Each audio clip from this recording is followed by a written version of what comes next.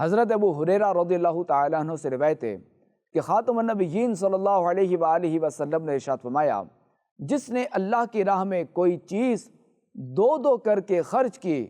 اسے جنت کے دروازوں سے اس طرح آواز آئے گی، اے اللہ کے بندے، یہ دروازہ تیرے لیے بہتر ہے۔ بس نمازی کو باب الصلاۃ سے، اہل جہاد کو باب الجہاد سے، صدقات و خیرات کرنے والے کو باب الصدقہ سے، اور روزے دار کو باب الریان سے بلایا جائے گا۔ حضرت ابوبکر صدیق رضی اللہ تعالیٰ عنہ نے عرض کی، یا رسول اللہ صلی اللہ علیہ وآلہ وسلم، میرے ماں باپ آپ پر قربان، کسی کو ان تمام دروازوں سے پکارا جائے اس کی ضرورت تو نہیں، کیونکہ مقصود تو جنت میں داخلہ ہے اور وہ کسی ایک دروازے سے بھی پورا ہو جائے گا، لیکن کیا ایسے لوگ بھی ہوں گے جنہیں ان دروازوں سے بلایا جائے گا؟ تو آپ علیہ الصلوۃ والسلام نے ارشاد فرمایا، اے ابو بکر، ہاں، اور یقیناً تم ان ہی لوگوں میں سے ہو۔ حضرت عبداللہ بن عباس رضی اللہ تعالیٰ عنہما سے روایت ہے کہ خاتم النبیین صلی اللہ علیہ وآلہ وسلم نے ارشاد فرمایا،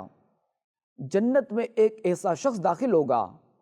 کہ تمام جنت والے اسے پکار پکار کر کہیں گے،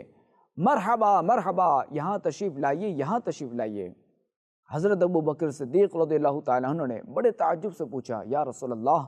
صلی اللہ تعالیٰ علیہ وآلہ وسلم، کیا ہم بھی اس شخص کو دیکھ سکیں گے؟ تو آپ علیہ الصلوۃ والسلام نے ارشاد فرمایا، اے ابو بکر، وہ جنتی شخص تم ہی تو ہو۔ حضرت انس بن مالک رضی اللہ تعالیٰ عنہ سے روایت ہے کہ خاتم النبیین صلی اللہ تعالیٰ علیہ وآلہ وسلم نے ارشاد فرمایا، معراج کی رات جب میں جنت میں داخل ہوا تو میں نے وہاں ایک بلند و بالا محل دیکھا جس پر ریشم کے پردے لگے ہوئے تھے۔ میں نے کہا،